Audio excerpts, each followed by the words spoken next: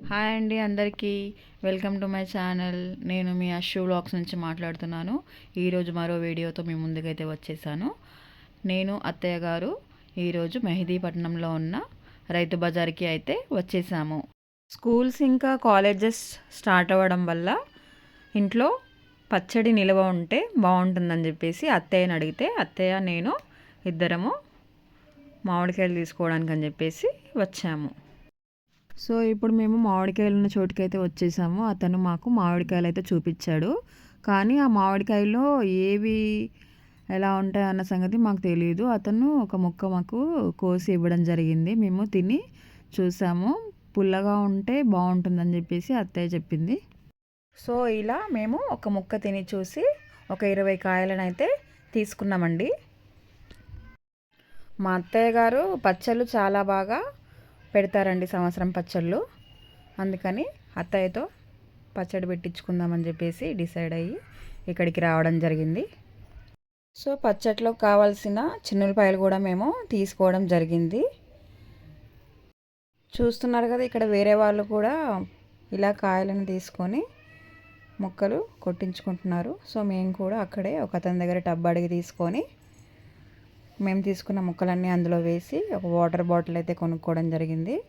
ఎందుకంటే ఆ ముక్కలన్నీ కడిగి ఒక క్లాత్తో నీట్గా తుడిచేసి అతనికి ఇస్తే అతనే ముక్కలు కొట్టించేస్తాడండి. అక్కడ కాయకి 6 రూపాయల చొప్పున అడిగాడు అతను.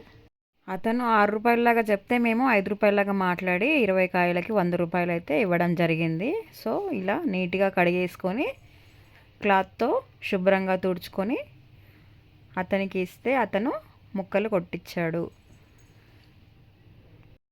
ఈ ముక్కలు కొట్టేటప్పుడు అతను పండుకాయలు ఏమైనా వస్తే తీసేసి మనకి రీప్లేస్ చేసి ఇస్తారండి.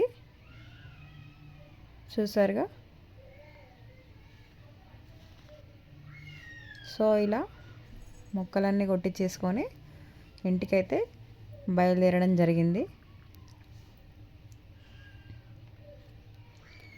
ఇంటికి వచ్చాక మొత్తం అందులో ఉన్న మధ్యలోది వేస్టేజ్ అంతా తీసేసి ఇలా పచ్చడి అయితే ప్రిపేర్ చేయడం జరుగుతుందండి. ఆవాలు, మెంతులు, కారం, ఉప్పు ఇందులోకి కావాల్సినవి సరిపడా వేసుకొని పచ్చడి అయితే ప్రిపేర్ చేస్తున్నాం. సో నా మొబైల్లో ఛార్జింగ్ లేనందువల్ల మేము మిగతా వీడియోని తీయలేకపోయాను.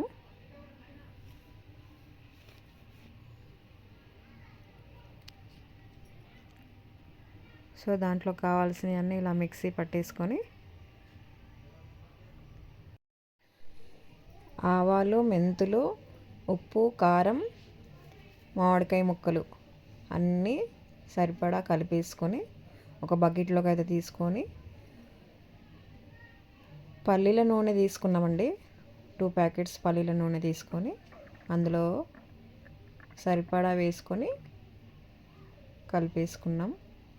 ఇందులో విడిగా మెంతులు మరియు చిన్నులపాయలు కూడా వేసుకున్నామండి. సో ఫైనల్గా మీరు చూస్తున్నారుగా మామిడికాయ పచ్చడి అనేది ఎంత బాగా కుదిరిందో.